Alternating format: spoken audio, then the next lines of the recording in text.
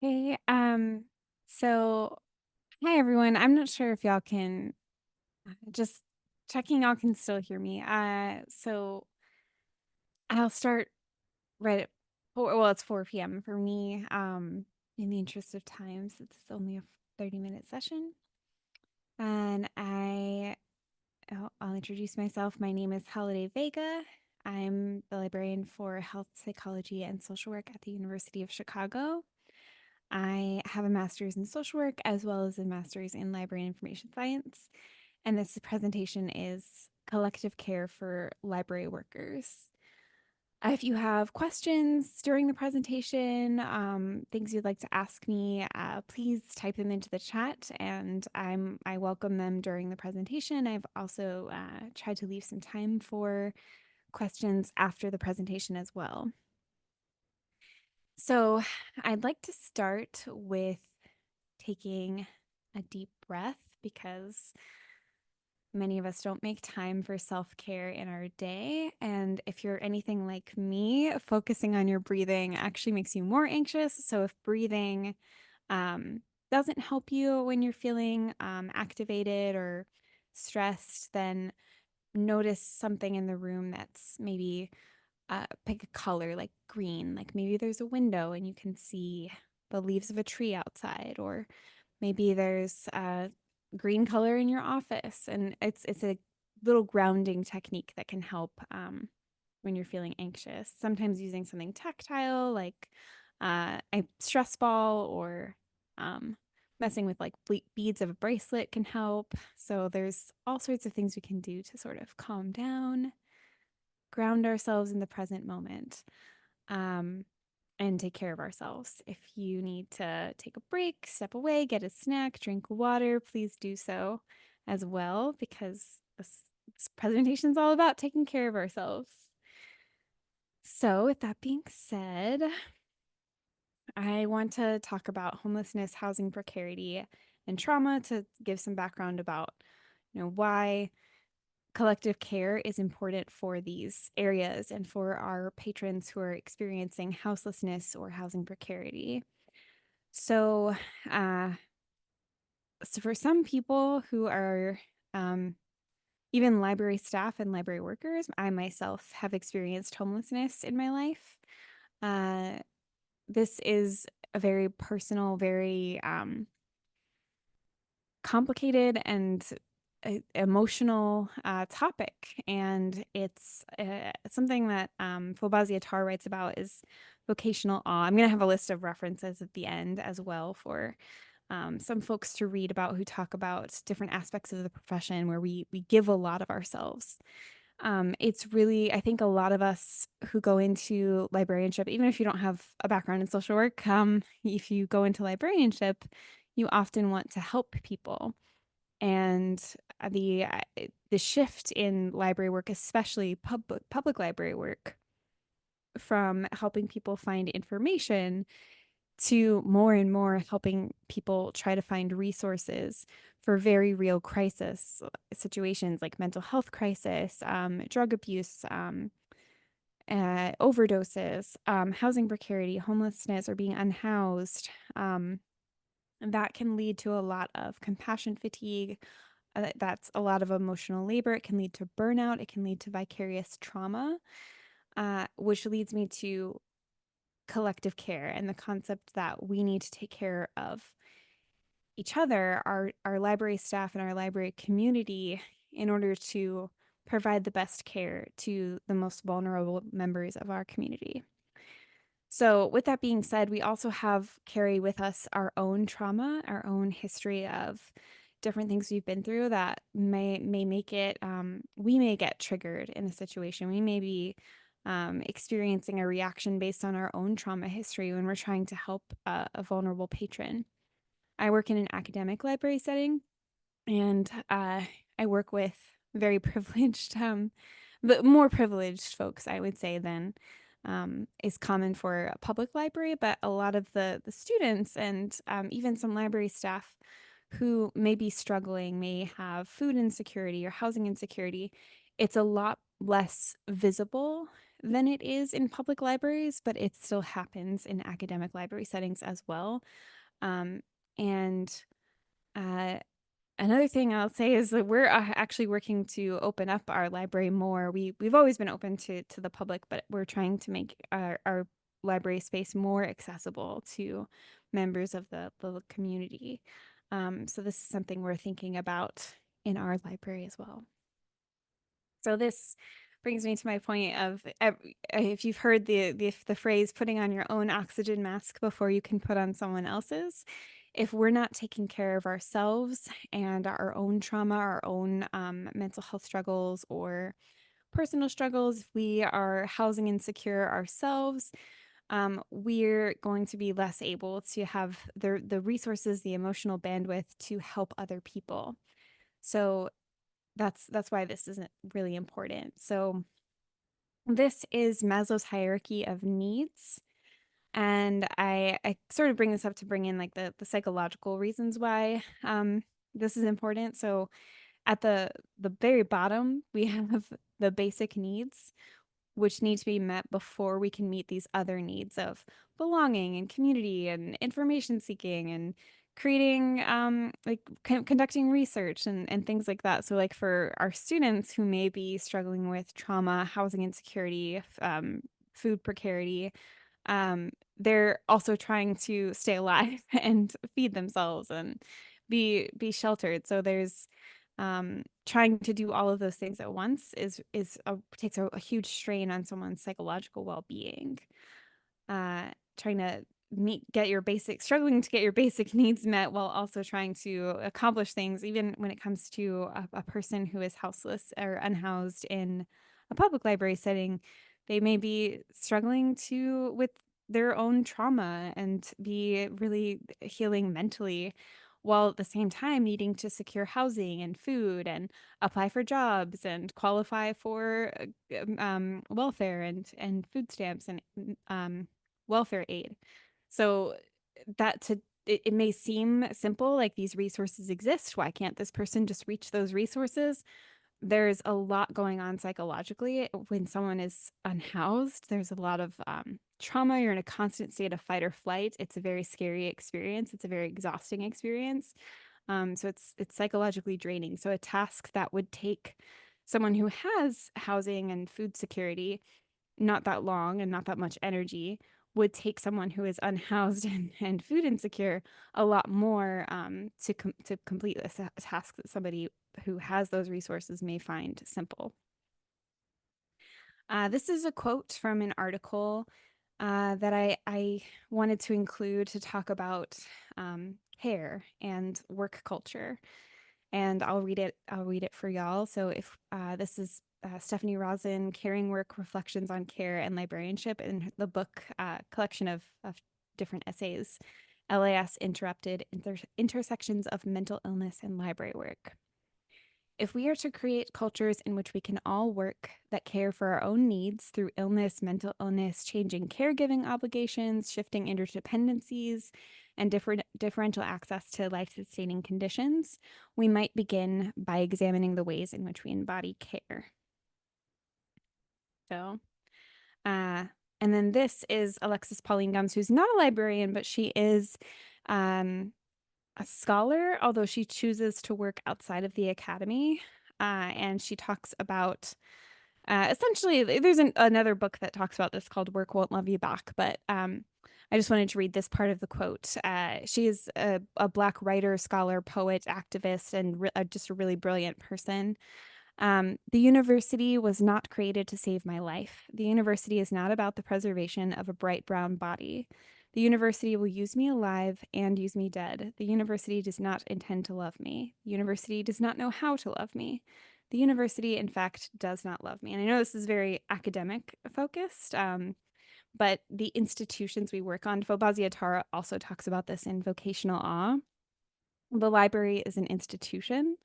It is made up of people, but these institutions are built on capitalism, white supremacy, the patriarchy. They're built on oppressive systems. And the way that we can sort of counteract that is not necessarily relying on the university, but on us as a community. So we can change the culture within our libraries on smaller scales. And I'll talk about some of the structural changes that could be made by those in power, but also small things we can do that are within our power. It's just part of our library community. So this one is another quote from an article that's also academic focused, but I think it applies to public libraries as well. Ending overextension is self-care. It's from an article, A Pandemic Plea for Self-Care and Shorter Hours. So I quote, and I have another article in here that I referenced that talks about refusing the scarcity narrative. So as librarians, we're constantly asked to do more with less, and bringing up Fawaz Attar's article again, vocational awe. I mean, there are library staff who are administering Narcan to patrons who are overdosing on opioids. There are library staff who are going above and beyond what librarianship as a field initially began as. So we're above and beyond just providing access to information and service. We're becoming a community resource. We are a community resource, and we're helping people in very serious, very real situations with that are life and death in some cases. And we're doing all of that while continuing to provide the same services we've always provided. And we have, in the academic community, we have less funding year to year, and we're expected to do the same or to expand services with less and less staff to do those services. So those things come at a very personal cost, especially when it comes to the emotional labor it takes to do those things, the compassion, the amount of vicarious trauma we may be experiencing, and all of that can lead to low morale, burnout, even depression and anxiety. So, with all of that being said, what are some things we could do to change the culture so that we are taking care of our staff and our community so that we're able to take care of our community outside the library, our patrons? So, some of these are big structural things that would take very radical changes to capitalism and the way the world works. But some of these are small things that we could start doing ourselves. So, one of the things that is more structural and big, and it would take people in power being on board with, is paid time for self care activities. So, giving staff time to engage in exercise, yoga, therapy, mindfulness, staying at the hospital, recovering from surgery, going to psychiatry appointments, dental appointments, medical appointments, and so on and so forth. So having paid time for all staff, regardless of their classification, clerical, academic, public librarians, public library staff, library technicians, across the board, having that paid time to engage in those self-care activities is a way that the structure and the system as a whole can support collective care and creating a culture of collective care. Because a lot of times this self-care model puts the onus of responsibility on the individual to take care of ourselves and to show up and work at be our best selves without having support from our workplace to engage in those things, which we need. We all need to sustain our lives. Another structural change is less hours on the desk. So a more radical form of this would be working less hours for the same amount of pay. So there's been a lot of discussions about this not just within librarianship and across many fields and disciplines, having shorter work weeks or shorter work hours and having the same amount of pay, because the 40-hour work week is very outdated at this point. So this would also be sort of a structural way for workplaces to create that time for our staff to take care of themselves and live our lives outside of work, to be caregivers, to take care of children or older adults who need care, and our lives outside of work, and to take care of ourselves and our own medical and mental health needs. Another spin on this, or another approach to this, is something that I know is happening at my library. The circulation staff I'm not on that team, so I don't know the details of how that pilot project is going, but they're trying to create a system where circulation staff aren't at the desk their entire shift. They're given rotations to have some off desk time, and they're given time to engage in professional development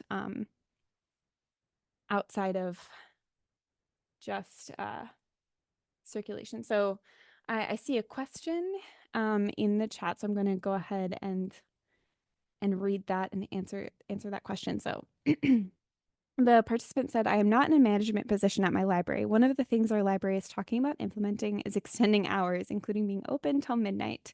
This is a concern for me and other staff. They have told us this is a need or request from our community. How might the library balance the community need for flexible hours with staff health and safety?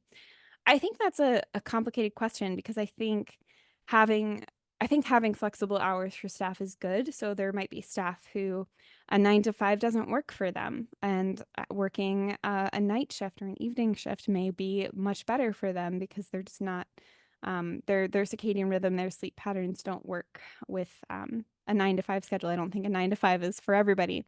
But there's also the fact of like the community. So is if I'm using an academic setting as an example, there was a study done by our Student Wellness Center that our students are not getting enough sleep.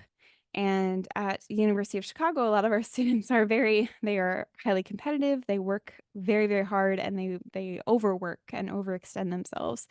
And sleep was such a huge issue for our students that we use that data to inform our library hours and to close the library and to encourage our students and community to take care of themselves and engage in healthy sleep patterns and getting more sleep rather than pulling all-nighters at the library, staying up late studying. So there's community assessment needs that could take place. So assessing what the community is asking for. You could have a pilot program. You could suggest a pilot program to the decision makers of if we are extending the hours, can we collect data on how this is impacting the community and how much this is being used and what the impact is. And also, I think communicating and advocating for yourself and your staff needs higher pay for later shifts if that's not what works for people. If you need more staff to stay open for the later shifts.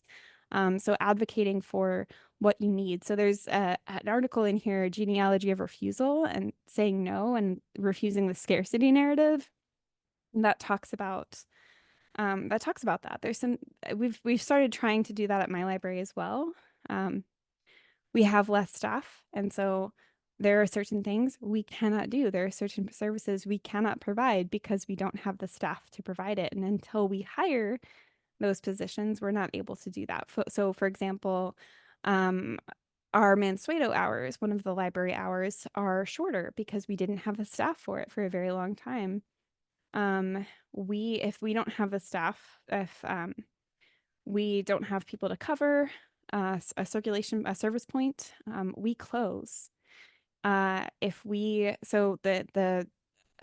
to budget cuts, one of the maker spaces on campus at the Mad Center had to close on weekends for the duration of the summer, possibly into the academic year.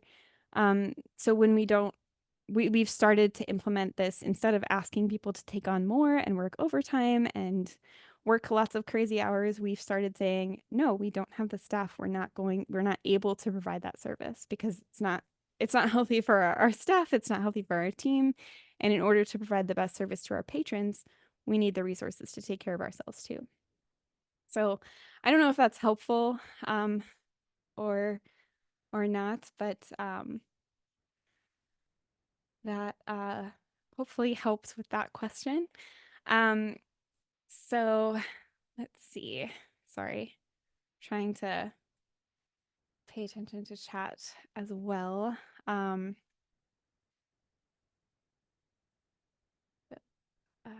me see. Maybe says, I come from a nonprofit background to the public library. I love how you're hitting points on vicarious trauma and vocational awe. Often traumatized people go into trauma work. These solutions are awesome. Thank you. I appreciate that. Yeah, I think I think people who have trauma a lot of folks that I work with who work with people who have been through trauma. Um, you feel that connection and need to like help others who are going through similar things. Um, so thank you. I appreciate that.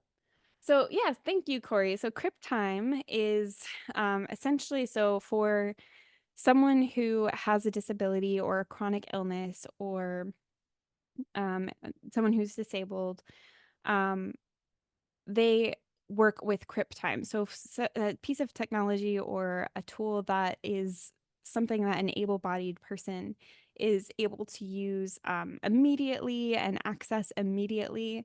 Someone who has a disability needs Crip Time or extra time to learn that tool or get a resource to help them use that tool. And there's all sorts of steps you have to go through to get. I mean, if you need like an official accommodation to get help with that, it essentially like takes longer for someone who is disabled to achieve or complete the same task as someone who is able-bodied because the world is designed for able-bodied people and it's not designed for people with disabilities.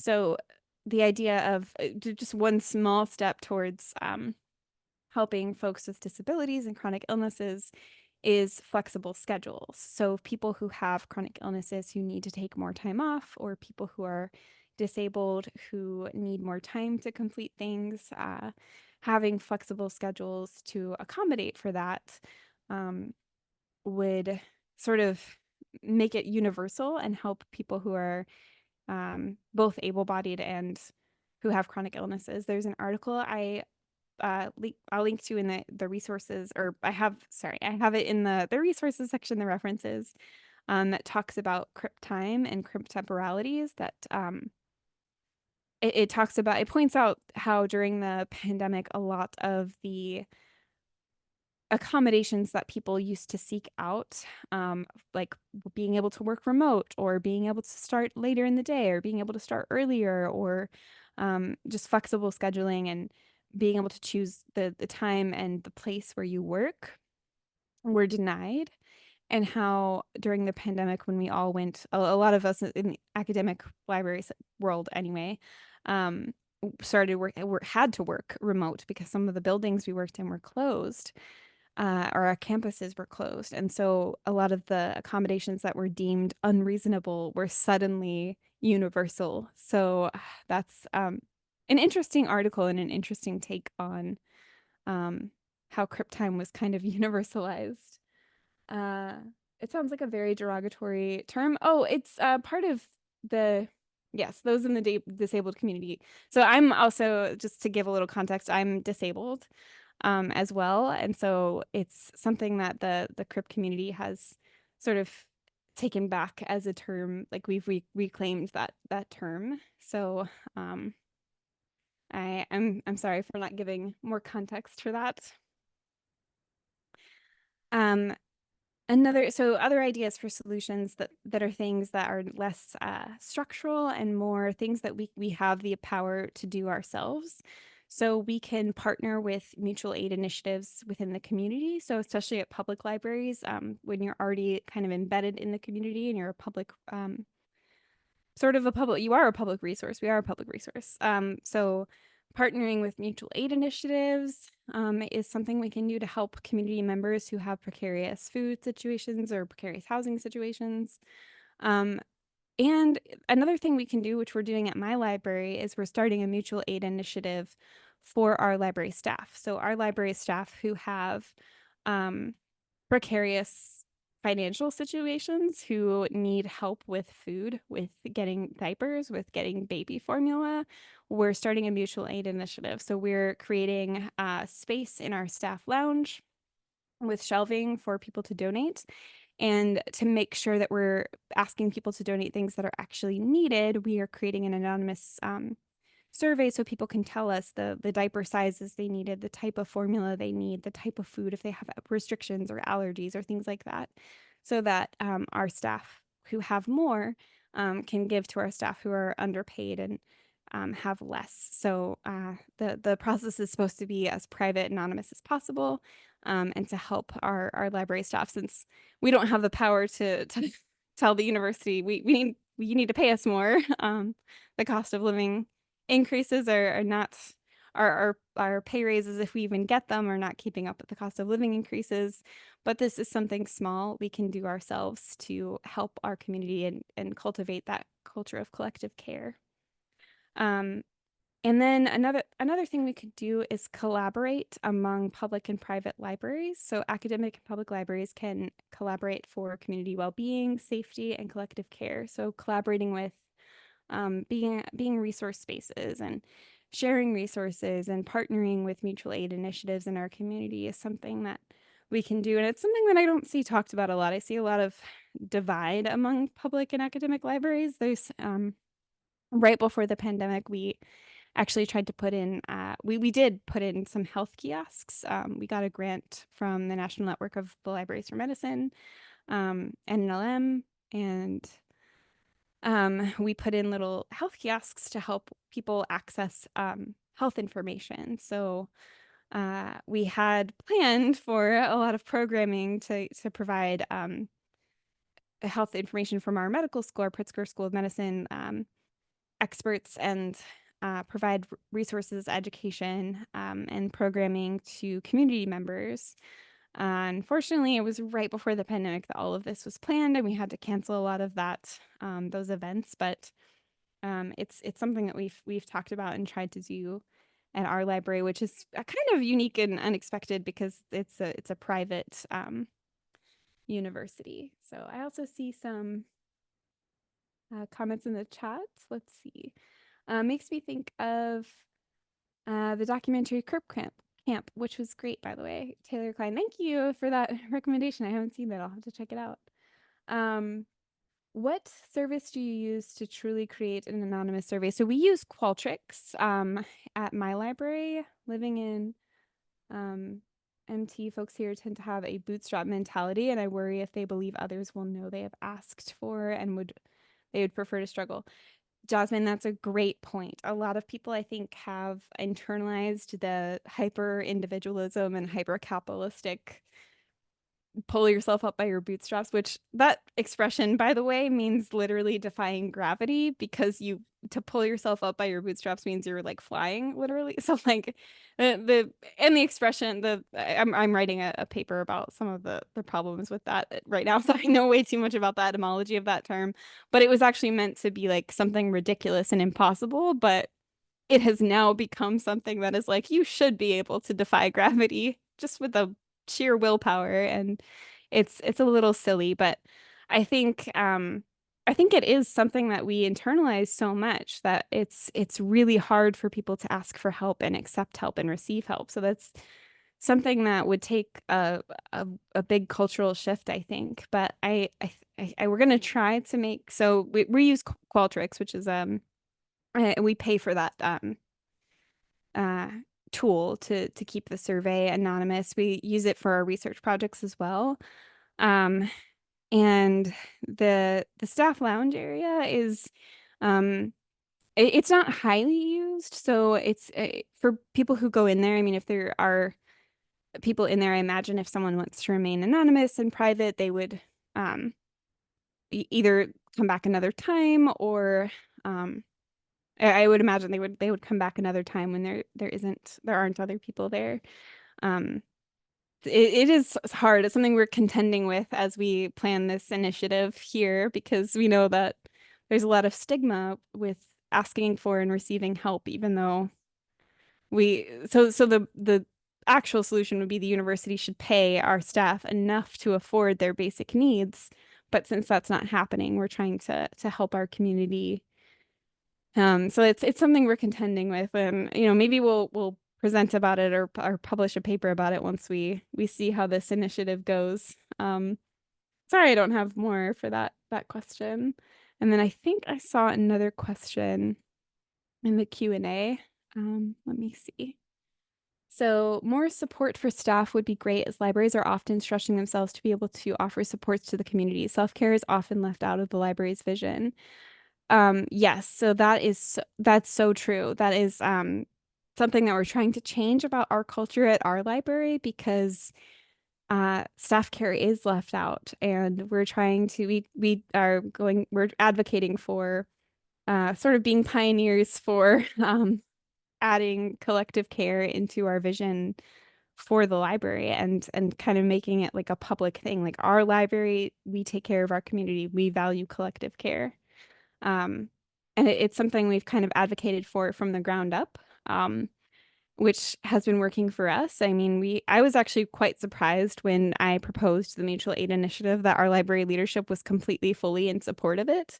Um, I think a lot of cultural shifts have happened, and culture change is very slow too, so it can be kind of frustrating at times. But I think small steps towards that big goal is a good thing. I think, it's hard to change the culture because I feel like this is something that libraries across the divide, like across public libraries, academic libraries, we are stretched thin, and staff self-care, and caring for our staff who are dealing with emotional labor and burnout and low morale, and in some cases, depression and anxiety is ignored. It's not talked about. It's not part of our culture to try to change.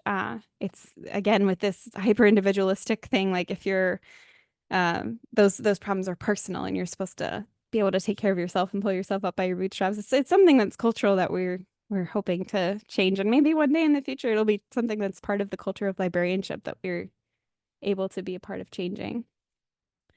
Uh oh, sorry, are y'all still able to hear me? I see someone that commented. Um, let's see. Um, I see a bunch of comments in the chat. Sorry. Can you give an example of a successful academic and public library collaboration? Yeah, so we did manage to put health kiosks in our library. Oh, I'm also at time. I'm so sorry. These are some great questions, but uh, I I can try to answer if y'all are. I'm so sorry. I thought I had more time. Um, the health kiosks was one of the collaborations we did. And we also are opening up to the public. We were always open to the public, but we're trying to open up more to the public. We also have a diverse books and open conversations initiative that is open to the public as well. So we have reading group events that are open to the public. And thank you, maybe, for sharing the definition of crip time. Um, and oh, thanks for letting me know you're able to hear. All right, so I hope that I hope that this was informative and helpful, and I have this list of references as well, so I will share this with the conference organizers, and they can share some of these readings. It's a collection of articles, readings, and podcasts as well. So uh, books, articles, podcasts that might be helpful. So um, thank you all so much for attending, and um, yeah, I hope you all have a great rest of the conference. And I'm gonna stop the recording now and stop sharing.